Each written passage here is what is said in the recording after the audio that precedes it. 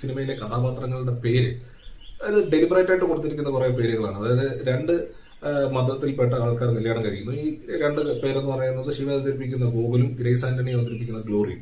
ഇവർക്ക് രണ്ടും ഉണ്ടാകുന്ന മകന്റെ പേരെന്ന് പറയുന്ന അൻപ്.